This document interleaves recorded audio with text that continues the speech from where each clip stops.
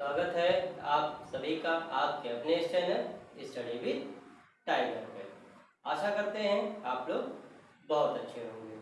तो इसके पहले के कल की क्लास में हमने सिंधु घाटी सभ्यता के उद्योगों के बारे में बताया था। आज क्रमशः सिंधु घाटी सभ्यता के बाकी शेष बचे हुए तथ्यों को देखते हैं। तो उद्योगों के बाद हम देखते हैं कि सिंधु घाटी सभ्यता का व्यापार और वाणिज्य कैसा था। तो हम देखते हैं जो अगला मेरा टॉपिक है व्यापार तथा वाणिज्य।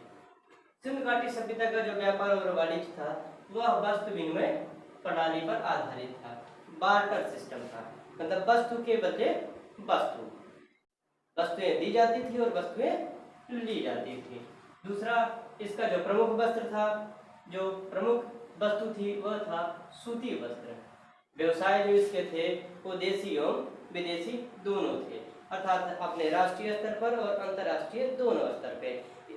प्रमुखतया सिंधु घाटी सभ्यता के लोग मध्य एशिया, ईरान, इराक, मिस्र, अफगानिस्तान आदि देशों से व्यापार करते थे।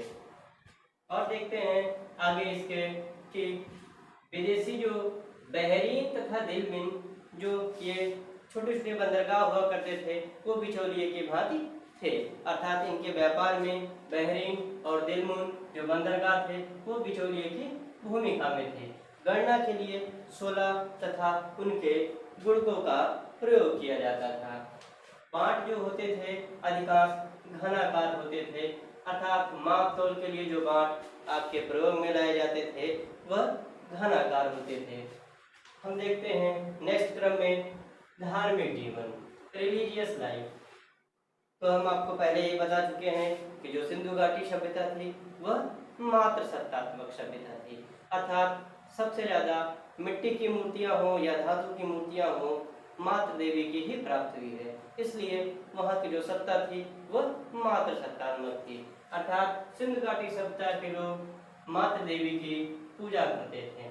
ऐसा सच हड़प्पा से प्राप्त एक ऐसा स्थल है जहाँ से दो वृक्षों के बीच में एक मिट्टी मतलब मात्र देवी की मूर्ति प्राप्त हुई है और उसके पीछे एक बकरा लिए हुए एक व्यक्ति है जिसके पीछे जन समुदाय है।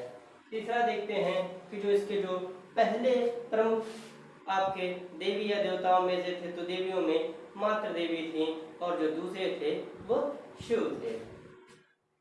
लिंग और योनि की पूजा के भी साक्ष्य मिलते हैं, साथ साथ तंत्र, मंत्र, जादू, टोना, ताबीज बनाना, इनके भी साक्ष्य वहां से प्राप्त हुए हैं। और आगे के क्रम में हम देखते हैं कि सिंधुकालीन कला कैसी थी। तो पत्थर के धातु, मिट्टी के धातु और धातु, इन तीनों से औजार, आभूषण और उपयोगी वस्तुएं बनाई जाती थी, जैसे आपके मोहरे, मनके, ताम्र पट्टिकाएं। मोहनजोदड़ो से एक नर्तकी की कांस्य प्रतिमा प्राप्त हुई है जो कि कला की दृष्टि से अपने आप में अद्वितीय है।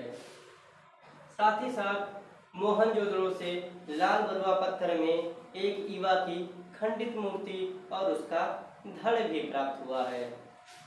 इसी के साथ साथ देखते हैं कि जो मिट्टी की मूर्तियां बनाई जाती थी वे चिकोटी कला में बनाई जाती थी। चिकोटी का मतलब हाथ से खींच कर जो बनाई जाती थी आकृतियां उभरने के लिए, तो उसको हम चिकोटी कला कहते हैं। अर्थात मिट्टी पे जो आकृति उभारी जाती है उसको हम थोड़ा हाथ से अपने दबा लेते थे और ऊपर की तरफ उठा देते थे, उसी को हम चिकोटी कला बोलते हैं।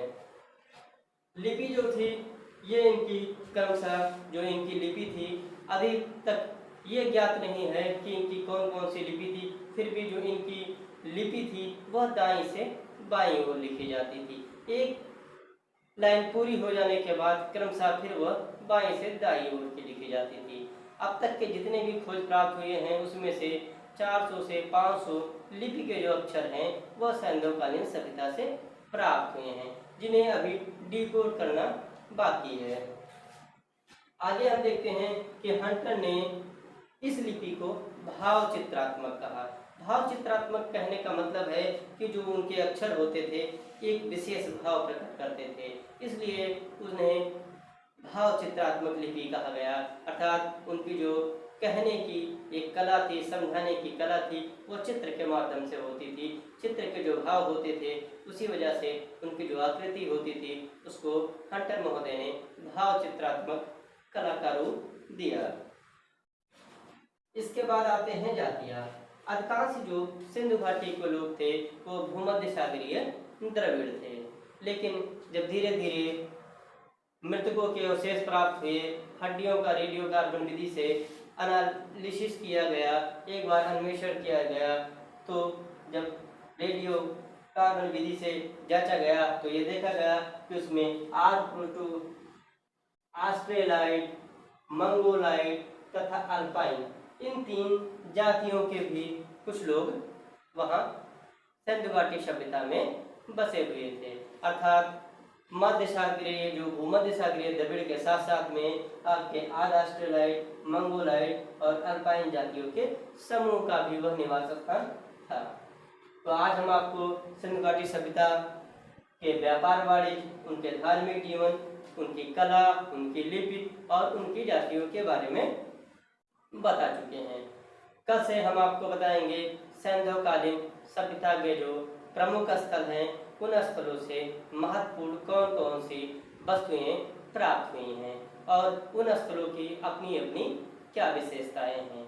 इसके बाद स्थल खत्म करने के बाद सिंधुकालीन सभ्यता के महत्वपूर्ण प्रश्न जो अब तक के सारे पेपरों में आए हुए हैं और एक्स्ट्रा जो कुछ महत्वपूर्ण प्रश्न हैं वह भी हम आपको कराएंगे।